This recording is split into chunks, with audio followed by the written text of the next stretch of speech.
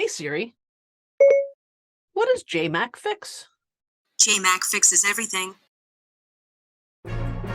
Coming to you from the Owl's Nest Studios in Portland, Oregon, it's JMac Fixes Everything, where we answer your tech questions and discuss all things Apple. For valuable, actionable, real-world Apple advice that you can count on, look no further than JMac Fixes Everything. Now here's your hosts, Jamie Pollock and Audrey Isbell.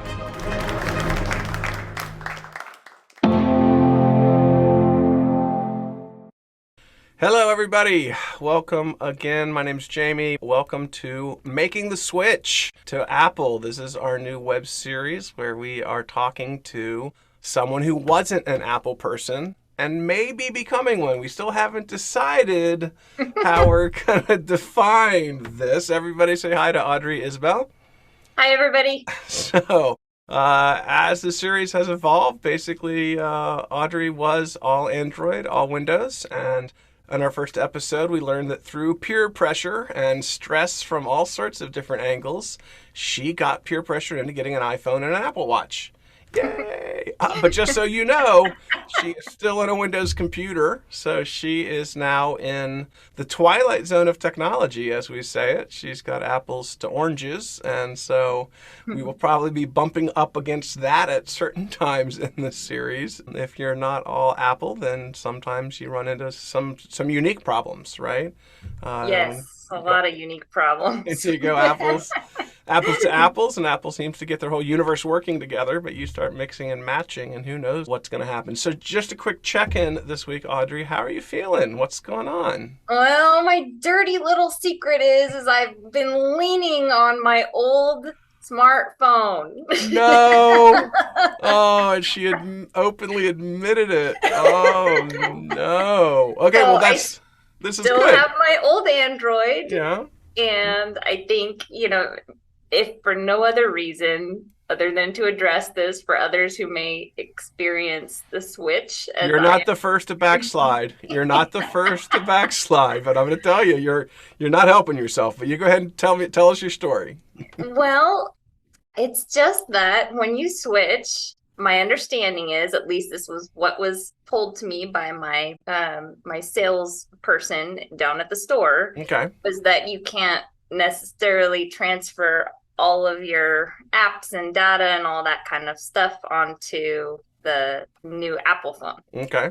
And that the only way to really do that was kind of complicated, and that the best possible way to do that might be to just go through, like if you have a whole bunch of apps through, let's say, the Google Store or whatever, that you would be able to then go and see what apps you had already installed and then bring them in that way. Am I even thinking about this correctly? Well, I mean, you would go to the App Store. So in Android, you'd go to the Google Play Store. In Apple, Right. you'd go to the App Store. But you could still compare, is the same app in both places, and then download Right. those apps into Apple. And if that app happened to be a cloud-based technology, your data should come sliding right back in no matter which platform you're on. But I have a feeling that you're talking about some apps that didn't do that for you. Well, so I don't want a whole bunch of, crap that I've had on my old phone on my new phone. So I figured it might be wise. So you avoided the full migration. You said I don't really kind of fully did. Okay. I did. And so if you're in this boat with me, or if you're thinking about doing this, right, like just put on the stops for a minute. Maybe Jamie has some wisdom here, because I'm finding out that I have a whole lot of apps, and I probably should have loaded the Google Play Store and gone through that No, route. but to get that's them all. that's not the case though. You can't download apps out of the Google Play Store onto an iPhone. It doesn't work. Thank you, because I Yeah, tried whoever told you early that on, is and I no. couldn't even load the Google Play Store. So that's I'm like, not- I don't know how to do this. There is no Google Play Store on the iPhone. That whoever told you that was crazy. Okay, so let's start peeling the onion on this story, because I think there's a lot of interesting things for people making the switch to be aware of. right? And some of it probably is better to know before you jump in the boat. And some of it we can bail the water out, right? We can plug the holes and bail the water out. But to start off with, Android has the Google Play Store, and that's where the Android apps live. Apple has the App Store, and that's where the Apple apps live, and never the two shall meet. Even as an app developer, someone who has published an app, you have to have a Google developer's license and an Apple developer's license. And these are two physically separate universes. And if I want my app for both platforms, I have to make a version for Apple and put it in the App Store. I have to make a version for Android and put it in the Google Play Store. They are not the same app, and I cannot move them between Android and Apple. These are two different platforms, two different code bases, two different operating systems. They aren't the same. So does that clear something up that was confusing for you? I'm just saying that this is how it works. Yes, because it actually just kind of confirms, what I had experienced, right? Because I got home, was kind of just trying to do my best to learn it, sitting on the couch, and I'm all right. I don't need to take Jamie's classes. I can feel my way through. That's terrible. But that's what you thought. That's. No, I was thinking it's late at night. I've got work in the morning. Yeah. So here, I'm sitting on my couch. I'm gonna tell a quick side story. I went to Apple headquarters one time to do a training, right, to get a certification for mobile device management, like how to set up iPads for schools and kind of stuff like that. And we're going around the table, and everybody's introducing themselves. Hi, I'm so and so from so and so, and I'm a developer. Hi, I do code. Hi, I do iPad implementations or whatever like that. And one of the Apple guys that was in front of the room. Somebody asked a question about iPad training, and he said very nonchalant, well, iPads are so intuitive, you just don't need training. You know what I mean? You just kind of you just pick it up and start using it because it's just so intuitive. And then they came around to me, and they're like, what do you do? I teach people how to use iPads. Whole room, dead silent, just absolutely, the guy's face just dropped. And I was like, I make a living teaching people how to use iPads. Yeah, I was not his favorite student that day. Well, but the point is that even at the Apple headquarters level, they feel like you should just be able to pick these up and move. It's just intuitive and it's just no big deal. And to dig myself out of this hole a little bit, I will tell you that when I went shopping for these Apple products, I confided in the salesperson that it's a good thing I work for Jamie Pollock, who teaches Apple, because I know I'm going to need him. Yep. And he goes, really? I'm like, oh, yeah, he's got a ton of courses. He will get me dialed in. And he is like, yeah, that would be a good thing for everybody to have. You give him my card? You send him to our website? Totally, yeah. Okay. Next thing I'm going to unpack, okay, next part of this story that I think you and everybody needs to have a small awareness of. And I'm not going to make a big point of this. Depending on where you go, right, you go to the Apple store, you have an Apple expert. You go to Best Buy, and you've got maybe a Geek Squad guy or somebody that's in the Apple area, but you're probably in the cell phone area, not the Apple area when you buy the phone itself. One of the things to watch out for is everywhere but the Apple store, and talking to me, you are dealing with somebody who has to know all the technologies, not just Apple tech.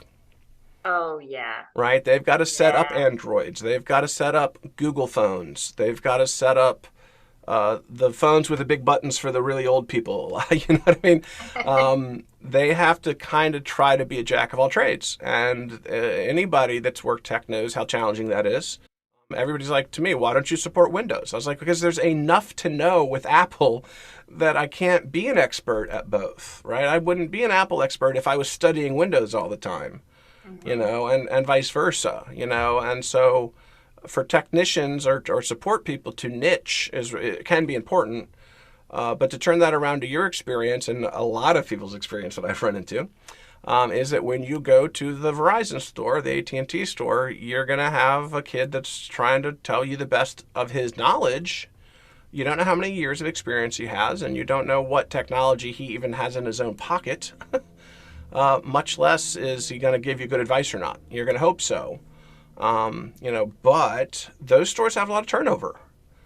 And they do hire a lot of young kids, and they're nice kids, and they're trying. I don't have anything personally against any of them. I'm here for hey, you guys come take my training. You want to know more about Apple? Come and learn it. But I have had plenty of clients step away with bad advice or the old, oh, don't worry, I'll transfer your data for you, and then they get home and half their shit's gone. Half their stuff is gone, excuse my French. Got a blooper reel ready, got a blooper. So you've got to watch out for that. And it's just something to be aware of is when you're going in, they can sell you. They can tell you what the features are. They can tell you what the price is. They might be able to give you good support advice. Okay. So let's ask a couple questions. How did they set your phone up? Did you set your phone up? Like, who turned it on the first time? Who put in your Apple ID and your password? The sales guy. The sales guy stepped you through the setup. Yeah, well, and advised you on. Like, he turned it on for the first time, and there was a little bit of like this back and forth, right, through the window kind of deal, where it's like, here, type in your Google account, kind of thing. I don't even know what I'm doing, but he's having me type in my credentials. Well, it would have been your Apple ID, right? So the email address you're using for your Apple ID and whatever password. Oh, I didn't even have that when I got home, actually. You probably didn't know it. He probably created you an Apple ID right there on the fly. You can't log into an Apple device with a Google password or a Google username. Okay. I feel like I had to create an iCloud account. That was okay. So let me define this for you. And this is again, every time that you look confused and those eyes do that thing, I'm going to give you more information. Good. Okay. Love this. Okay. In the Apple world, you have what's called an Apple ID. Just like in the Google world, you have kind of like a Google login, Google ID, and or Comcast, your Xfinity ID, whatever. In the Apple world, you have an Apple ID, and this is going to be an email address. And it literally can be any email address. It could be your Google email address. It could be your Comcast email address. It's anything you choose to use as your Apple ID. If you don't have one, you can create a brand new one, something at iCloud.com. Okay? But if you want to use a pre-existing email address, you can. This gets confusing for people because now Jamie at royalwise.com is my login for Google, but it's also my login for Apple, and maybe it's my login for Amazon, and maybe it's my login for eBay, and maybe it's my login for Southwest Airlines, right? We can use that same email address on many, many servers, on many, many websites. But it's like, oh, when I'm logging into Apple, it's this password. But when I'm logging into Google, it's this password, right? That's totally different. And so it's really dependent on what system am I logging into, on what password's going to go with whatever email address I chose at the moment. Mm-hmm. Okay? So anytime you're logging into a brand new Apple device, if you don't have an Apple ID, it will ask you to create one. And then at that moment, you are choosing which email address your Apple ID will be for the rest of your Apple life. Now, one of the things that goes wrong... The rest of my Apple life. Oh, no. Well, we're in the Apple universe. Remember last time, the first time when I said that, you started laughing? Well, okay. We're going to chase all the worms out of our Apple life. It's okay. Okay, so one of the problems that people run into is you can have more than one Apple ID.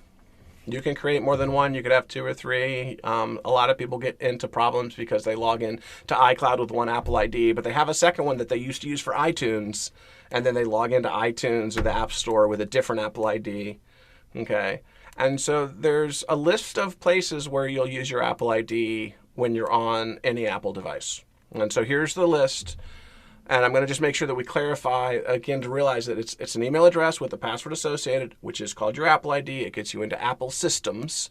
And those systems are iCloud, the App Store, the iTunes Store, FaceTime for video chat, and Messages, iMessages for text chat, for texting. Okay, those are the 5 main things that you can access using your Apple ID. Okay. Okay, so it's not that I have an iCloud ID. Oh, man, this is kind of tweaking my brain. That's exactly why we're going over it. You log into iCloud with what? Your Apple ID. Apple ID. You log into the App Store with what? Your Apple ID. What do you log into FaceTime with? Your Apple ID. Right? And so here's some examples. I mean, you've got an iPhone now, right? And you're already logged into iCloud. That's just how it is. You're probably already logged into all 5 of these things. But when else might you use this? When else would your Apple ID come up, and when would you put your password in? Well, let's say you don't have your phone near you and you want to access your data and you go to iCloud.com, the website, because you can see all your data in the cloud on that website, iCloud.com. But you're From going to my PC? Yes. Okay. Yes, absolutely from your PC. Right. I like had to how make you say it. that's okay. That's again equal opportunity technologist as far as that goes. There's a website, appleid.apple.com, which is kind of the master website for your account. Right. You could change your payments. You could update your payment method. You could turn on two-factor verification if it wasn't already on. You could update your billing address. You could do a lot of different things at apple.com. Right, but you're going to log in using your Apple ID to get in there. Also, if you have two-factor verification turned on, it gets a little tricky because if you log into either iCloud or appleid.apple.com, you're going to have on a second device a code come up on the screen that you have to type into the first device. Oh my goodness. Right. Well, that's, I mean, just like everybody, right? You get a text message from Amazon, and then you got to go back and type it into Amazon. Xfinity. Somebody's hacking your account. You get a text message. It's everywhere. Okay. But the problem that the switcher might have is that if you don't have two Apple devices, right? Because if I log in on my phone, my computer goes bing, and my iPad goes bing, and my laptop goes bing. But if I only have a phone and I don't have anything else, and I've got two-factor verification turned on, nothing can go bing, right? But you can tell it, please call me or text me. Right, so you have to kind of let it know that your notification preference is not just. I've leaned on that one really hard, by the way. Yeah, well, you have to. Yeah. You don't have a choice. Yeah. Okay, so there are some situations where you might need to log into something with your Apple ID and your password, but on your phone you do it when you set it up, and then it's almost just like you don't ever have to do it again. Okay, but you do need the password at certain times, like making a purchase. I want to buy something out of the App Store. I want to buy something out of iTunes Store. I want to rent a movie, right? Or just whatever it happens to be. I want to leverage my payment method. That's really all we're talking about. Is I want to leverage my payment method. Now, do we understand Apple ID? I think so. Okay. And again, it could be the same email as your Google ID. It really could be the same email address. It doesn't, Anyway, if you go onto your phone and go into settings, the very top of settings, it's got your name, and it says Apple ID iCloud. And if you go into there, you'll see what email address we're talking about. So you can see what your It is Apple my ID. Gmail. Right. Okay. So it's probably like it's the same thing you would have used in the Google Play Store. Okay. Right. Now, did you use the same password in both places? I don't know. Could you have? Sure. You totally could have. You could have, and this is what I call it. You could have manually sunk those two passwords. Therefore, it didn't really matter which one you go into because you've used the same manual password and they happen to be the same. If you switch one, the other one's not going to switch. Right? They're not linked. They're not syncing. Right? So I call it manual syncing. I made them the same, so I don't have to think so much. Now, is that secure? No, not secure. Good idea? No. Well, You don't want to reuse passwords. I actually, one of the first apps I worked to load on here was my password manager because I have such a big world of passwords that I just couldn't see trying to get this thing dialed in without it. Is that 1Password? It's LastPass. LastPass, okay. And you have your password vault in the LastPass cloud? Yes. So you're subscribed, you have a login, all you have to do is download the app, log into your account, all your passwords showed back up. Yeah. Okay. That's the beginning of cloud tech, right? Any app that you had on the Android that stored the data in their cloud, all you need to do is go to the App Store, download the app, log in with your credentials, and your data's waiting for you. Okay. So that is the recovery, right? How are we gonna get the water out of our little sinking boat? But I want to step back to one other thing about setup. Okay, we were talking a minute ago about I'm at the Verizon store. I'm talking to the sales guy, and I've got to get through these questions on what I want. There is an option during setup of any new iPhone that's factory reset that says, do you want to transfer your data from? And then there's a list of options. And one is an iCloud backup. Another one is directly from another iPhone. And one of them is from an Android. Okay. my. Apple does provide on iPhone setup a migration assistant for Android users. Okay. So All I right. wonder if I knew that and if the person had told me something to the effect of it's not very good. Is That that very well could have been, and I'm not even myself advocating for it. I'm not judging it. I'm just saying that, I mean, I use that migration assistant for Apple users all the time. Old iPhone to new iPhone, Mhm. right? I just say pull it from an iCloud backup, easy peasy. But I have said just bring it from this phone to this phone directly across from phone to phone, which can be done. But honestly, I think I've done the Android thing one time and it worked fine. It was okay, right? But to come back to something you said, because I'm listening, right? I'm trying to listen to my student or my person that is trying to learn this stuff. That I don't want all my old crap on the new phone, right? That's that's a lot of people feel that way. Even when it's Apple to Apple, some people are like, you know what? I don't want all my old apps.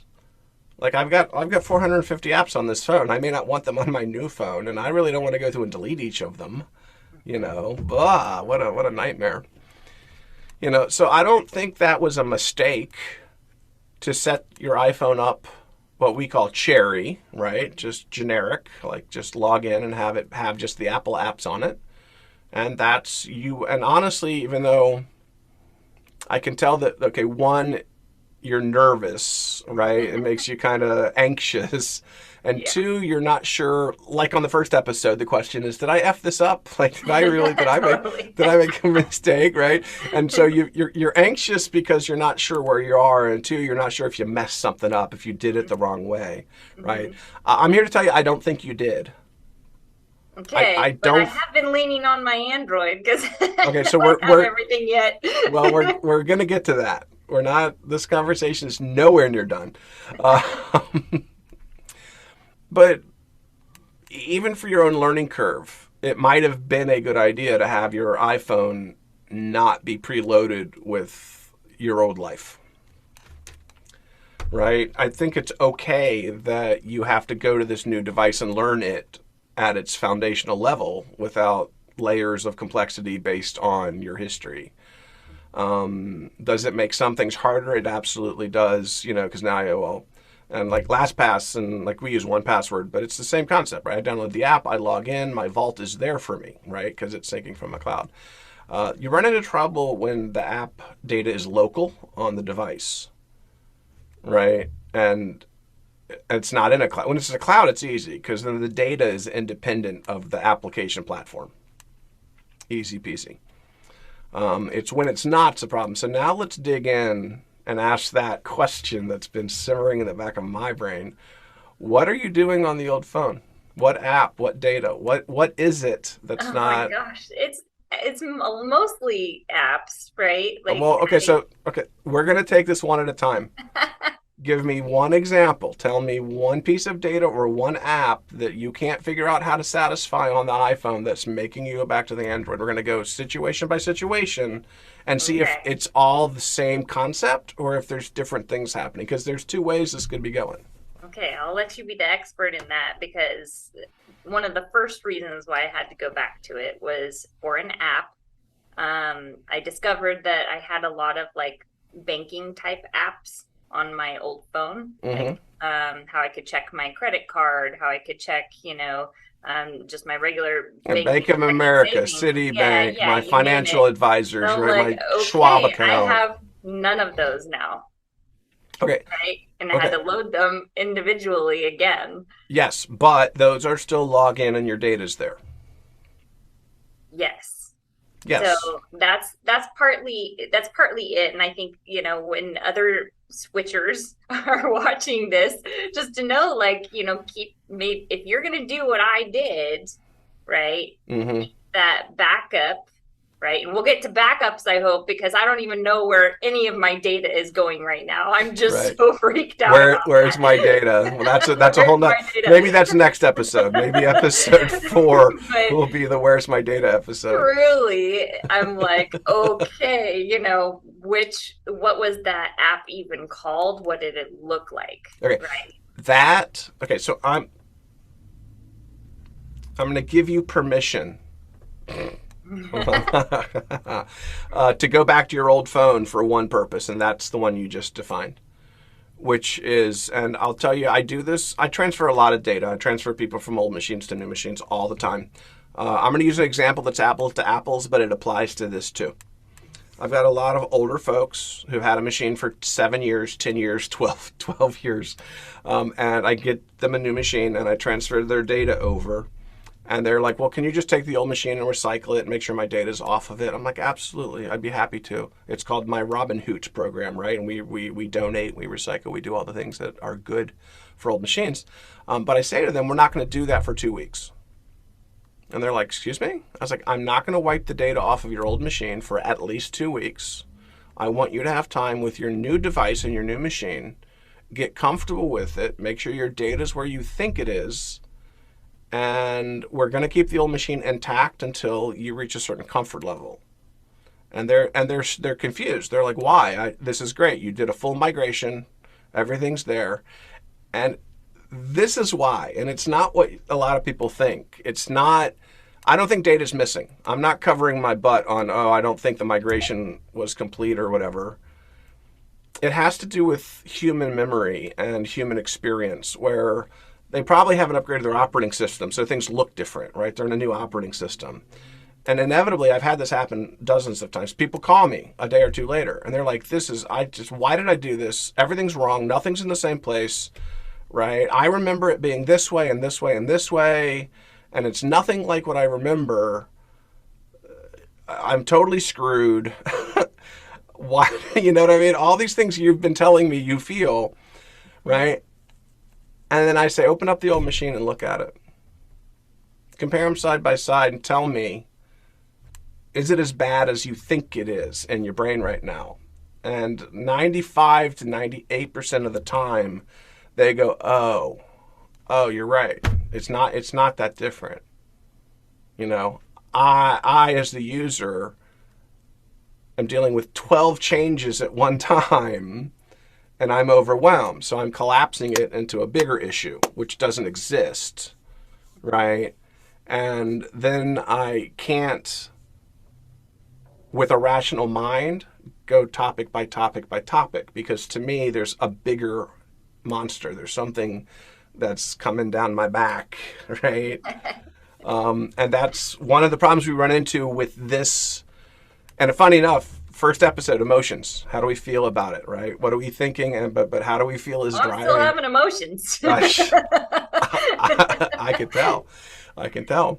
So again, part of training and part of growth is painful. Growth hurts. There's just nothing that you can say, but growth is painful. Change hurts. Change isn't comfortable. If change was comfortable, we'd all be changing all the time. Nah, no big deal, you know. But that's not human nature. That's not how this works. Growth hurts. Growth is painful, right? And collapsing is human nature. Collapsing 5 issues into 1 issue is human nature. But the thing that you brought up first is, I don't have my apps, and you're right, you don't. And yes, you've just got to spend the time. You've just got to say, what apps do I need now? And go to the App Store and download them. Okay, and there's no way around that. There's just nothing that you can do but just say, I'm not going to squirm. I'm not going to blame. I'm not going to feel like somebody shot me with an arrow. Just knowing that if you're going to switch, you've got to get back on your feet. And this first example is the easy one, is the good one, right? Is that the app is in the App Store. I just need to remember what it's called. And I'm saying, this is the one time I give you permission to go to the old phone, is just to look to see what the app is called. Go back to the Apple App Store, download the app, log in with your credentials. Your data's there. Mm-hmm. Okay? So still there's work to be done on this first issue, but it's not a problem in the sense of I need to solve the problem. There's no problem here. Mm-hmm. This is just part of switching. And it's fine that you go back to your old phone, to see what that app is. But don't go to the old phone and log into that app to do your work. I've done that. Oh my God. I know you have. That's why I'm calling. That's why I'm bringing it up. That's why I'm calling you out just a little bit. Mostly works with Wi-Fi. It's like an iPod. Just doesn't have. You can't make phone calls, but it's still a pocket computer. It's true. But my warning is it's a crutch.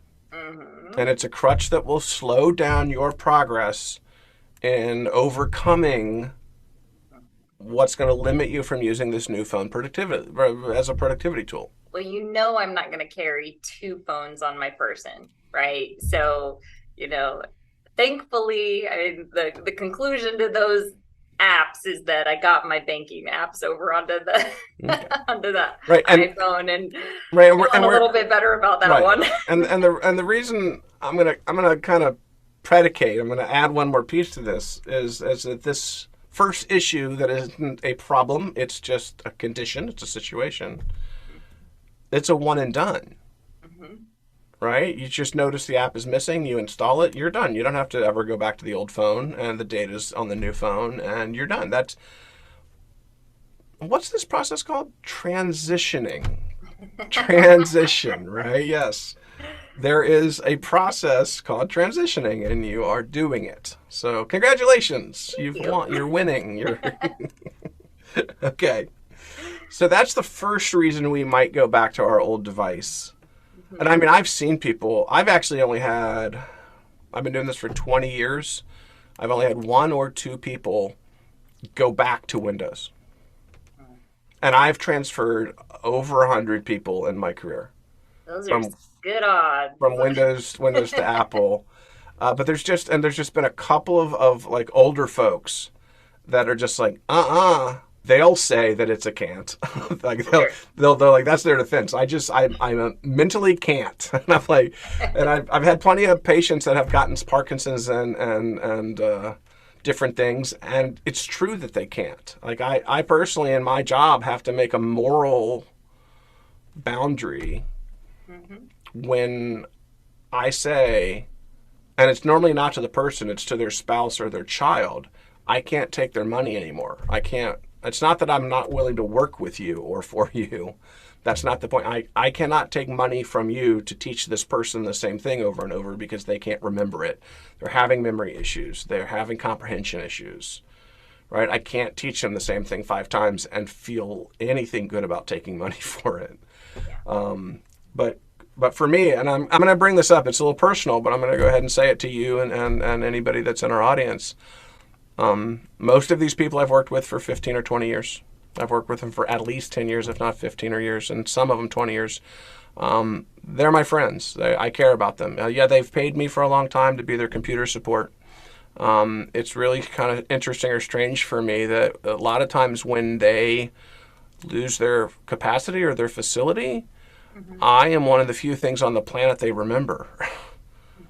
Because I was the guy they called for help. When something didn't work, Jamie's going to fix it. And when all their other capacity and memories are fading, it comes to them. Jamie can fix it. And then my phone rings, right? And I quite often go and have dinner. Honestly, I go to coffee. I'm like, hey, let's get together. Like, I'm not, you know what I mean? I've been with you for 15 years. I'm not going to come and see you, but you're not going to pay me. There's a lady in my neighborhood. She's 94 years old.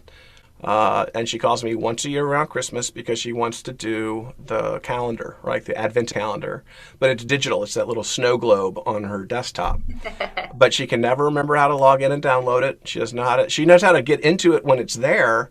And she calls me once a year and it's just like, I can't do the Advent calendar. I'm so sad. I'm like, Betty, I'm on my way. And she lives 5 minutes from me, and I install it. It takes me 7 minutes tops. And then she's like, what do I owe you? I think you don't owe me anything, right? You enjoy Christmas. If you enjoy Christmas and you call me again next year when you're 95, I'm happy. Okay, so thank you for letting me share some personal stories about, but I think it is on topic because it is It's about. usually on topic. I mean, and I hate to interrupt this, Yeah, but do we're it. talking about memory here, and my next piece was going to be to tell you that all of my photos, I have What? a lot of photos on my Android, Yeah. Okay. and I, in the past, have been nervous to have them sync to the cloud. Um, So just you don't because have them in your Google Photos area? I I have back then when I was Android, right? Like Yep. I would be intentional about that, Okay. right? Yep. And so, you know, and the rest of the time it would be, and this is maybe dating myself in some ways, but you know, you would tear the phone apart and you take your little card out, and I have the card reader, you know what I mean? Yeah. So I would just like But move that's, I that mean, that's onto been my a long computer time system. since, it's been a long time that photos have been on a SIM card. That's not been that way for a long time. I know. I know. And So, so, so do you you know, plug, have you plug it in and import? I have done that. I've attempted this like peer-to-peer, like sync to this other device thing to not a whole lot of success. Not an Apple to Android, right? But an Android to Android, and haven't been terribly successful with that. And Okay. so what usually ends up happening is I usually spend some time going through my photos, selecting the ones that I really just can't live without, and just garbaging the rest. Well, you shouldn't have to garbage any of them. There are processes to pull the whole library. It may be photo by photo, but still, they shouldn't just go away. But now that I'm Um, Apple and I have an old Android, like what's the process there? Do I have to go cloud? you don't have to, no. You absolutely don't have to. You absolutely, well, Because I can't share from my phone anymore, right? Like if I wanted to send a picture of me and my bestie to, you know, a couple of my other friends, if it then was an Apple phone and you had gotten rid of cellular, you could still over Wi-Fi send text messages. So if Android can't do that, then there's a reason why you switched. Um, okay, this is what I'm going to say here real quick. We're out of time for this week. oh Or this, no, the, I right? had so many questions. Well, I understand that, and I understand that, but there's Can I only have one so more? much. Just one more. Well, let me say what I'm going to say real quick, and then I'll give you one more question. Okay? The photo thing is hard, and it is the biggest issue I deal with and hear from. And the reason I don't have time to talk about it in this episode is because there's a lot of layers, and every situation is different. Is it in the cloud? Is it not in the cloud? Am I going to pull it onto a PC? Am I going to pull it onto an Apple laptop? Am I going to, right? Where am I going to store them, and how do I want to use them later? There's a dozen decisions to be made that define what process we would use. So I want to take the time to really dig into this, and cover some of, I want to, this is a whole episode, is all I'm saying. Okay. Well, can we table that for next We can episode? table it, and you Okay. hold on. That's the second thing we're going to do next. I mean, we've got two topics for future episodes. I can't remember what the other one was. I remember something else that'll be a future episode. But I'm going to give you one more question today. Yes. Oh, good. Oh, good. Because this is this is paramount. Okay. Okay. So at first, I was really, really happy about this feature and have used it. But this week, for some reason, I am so stinking paranoid. I am really afraid to say the S word, as in SIRI. Sam. What's that? S is in Sam. Siri. SIRI. Yeah. Well, so you can say Siri, you just can't say Hey S. Yeah. Okay. So Right? can I Even tell you, I can't, or my phone, my watch, this computer, and the HomePod will all is say it yes, yes, listening yes. to me? Is it listening to me? Is it sharing what I'm talking about? Okay. Oh So, my God. okay. Great question, and that's paranoia. Face Facebook Messenger may be trying to listen to you and do that. Facebook Messenger would be the one. Okay, so this is a technology called passive listening. Okay, so yes, your phone is passively listening to you if you have the Hey S feature turned on. And it's specifically listening for that phrase, that word phrase. So it's not actually active until you say, hey Siri, and then it's going to go beep beep and let you start doing your thing. Now, is it listening to everything else you say? And is that why I had a conversation with you about bubblegum and now I'm seeing ads for bubblegum on my Facebook feed? Apple has said no. Apple has gone on record as saying privacy is paramount. We don't want your data. We don't want to know about you at all. I mean, a few little things here and there, right? But all in all, even with the Apple Watch and the iPhone Health app, even just today they announced the new Apple Watch Series 8 and a new feature that it can do for women's health and monitoring, cycles, menstrual cycles, and giving women better decision making based on body temperature and a bunch of other things. It's really cool technology, and it can send information to your doctor. Like your doctor can just have a daily report or whatever report, but it's all end-to-end encrypted, and it goes to the cloud and to the doctor, and Apple can't even get into it. Apple couldn't see it if they wanted to, right? Apple's gone out of their way to make sure everything that comes in and off, on and off their servers is end-to-end encrypted so they can't see it. So I have a hard time believing Apple wants that, right? Or is doing that. I mean, they stake the reputation on that they aren't doing that. Right? Now, the Facebook question is different. I don't have Facebook app on my phone. Well, then, you know what I mean? Then I'm not sure where the ads are showing up on your Google searches or someplace else or whatever. You know what I mean? But I mean, I've seen it. I've seen it where, but I mean, with the Facebook Pixel and stuff like that, if I go do a search in a web browser for something, then the Facebook Pixel goes over and tells Facebook I did it, and then there are ads there. And, it's just a back end, one invisible, one thing, one little 1x1 invisible pixel. But is it verbal? And I've experienced it where I've said something and went, oh my God, I can't believe that, showed up. But it's advertising, it's marketing. They're just trying to sell me more products, right? So I said something and they want to sell me something that's got the common word in it. And it's all anonymous. It's like this randomly generated number that identifies my device, and so that they know the person on that device. They don't know I'm Jamie Pollock and that I'm in Portland, Oregon, or wherever I happen to be. Did I say that out loud? Everybody knows I'm in Portland, Oregon. That's totally fine. So I'm going to say no. I don't think it's a concern. I don't have a concern about it. And honestly, there's so much of that happening on the internet these days that it's the least of your worries is what Apple's doing.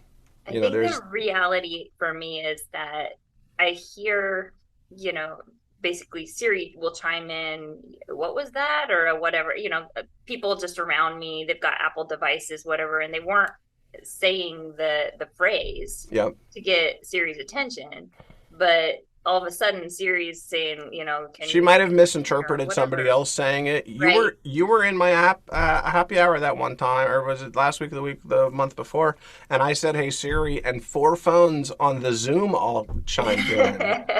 Right? But you're supposed to train your phone to your voice, but it still does. I mean, sometimes it'll catch the TV saying something and our HomePod will be like, I didn't quite get that. Can you say that? Yeah. That's passive listening, and yes, it is happening. Should you have a concern?